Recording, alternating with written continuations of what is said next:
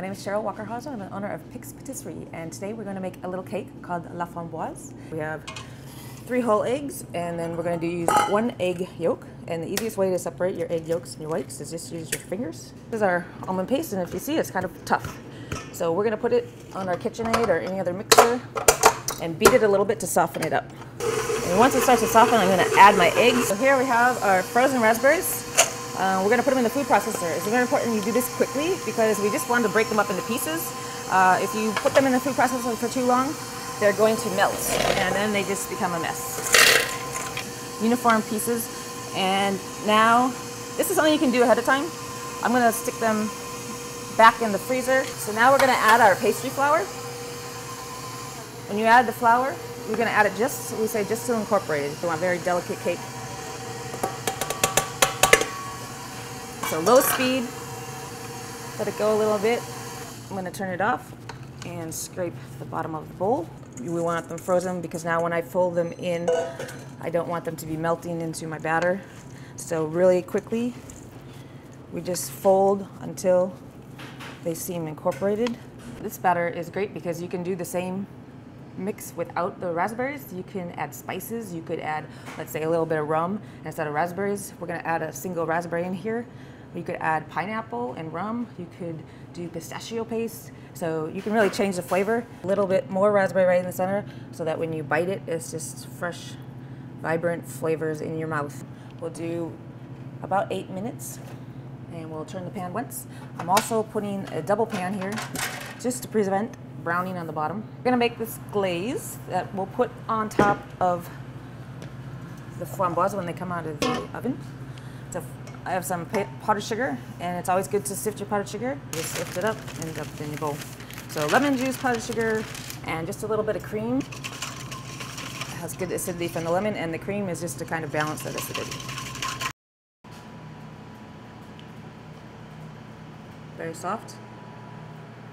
And there you go. If you wanted to do assortment on a large platter, you could do that. This is how we serve it at Pix. Very simple. When you're thinking about champagne and dessert, you don't always have to have a sweet champagne. I would stay away from the super, super dry, so a Brut Nature champagne. So look for something that says Brut.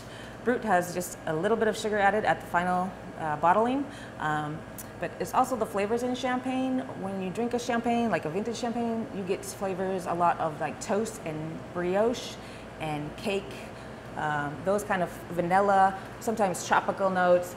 All those things you can find in desserts, and they match really well. We are about 350 different champagnes, different cuvées, and another 100 sparkling wines from across the globe. We're finally starting to see a lot of quality bubbles being produced right here. Soda is a good one. Argyle has been making sparkling wine in Oregon for a long time, so they're very well known. Minas is a new one. Anna Lema just came out with a sparkling wine. To say some women buy shoes, I buy champagne. I find a producer I like, and then all these unique cuvées are becoming available because I buy a lot of champagne. So I always try to pick them up. So my list, if you look at my list, you won't see Krug, you won't see Dom Perignon, you won't see Veuve Clicquot, all the names that people associate with champagne. Not because they don't make good champagne, just because I prefer to focus on some of the smaller producers and some of the more individualistic bubbles out there. The Saignée rosés are usually deeper and darker in color and more fruit-forward flavors. So that's why I chose this wine to pair with our dessert today, la framboise, because of the flavors in the wine are very bold and vibrant and fruity. And this is the René Geoffroy Rosé Saignée. It is a brut, so that means it's not bone dry, but there is just a little bit of sugar added to the final bottling. So Saignée meaning it spent a little bit of time on the skins, and that's what gives it the deep color. Yeah, the way to make a blended champagne rosé is the blended red wine with white wine. This is a more complex process, and it adds a little more complexity to the flavor of the wine.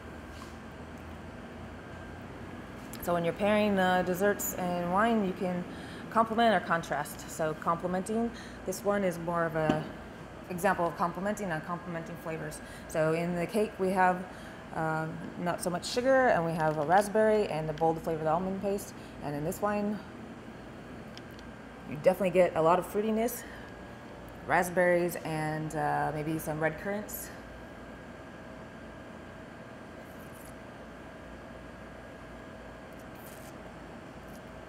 And the fruitiness, sometimes you can perceive sugar by something that you associate with sweet. So berries, for example, have natural sugar. And so this, it's not a demi-sec champagne, but you could pair it with something with a little bit of sugar because it has that nice juicy fruitiness. Very bright, vibrant and bold flavors is this wine. Whereas maybe a blended champagne would be a little more on the minerally side, less of the bold fruit flavors. And as I also mentioned, this one doesn't undergo malolactic fermentation, so you have very fresh notes to it on the palate and on the nose. And if you taste it with the framboise, so good.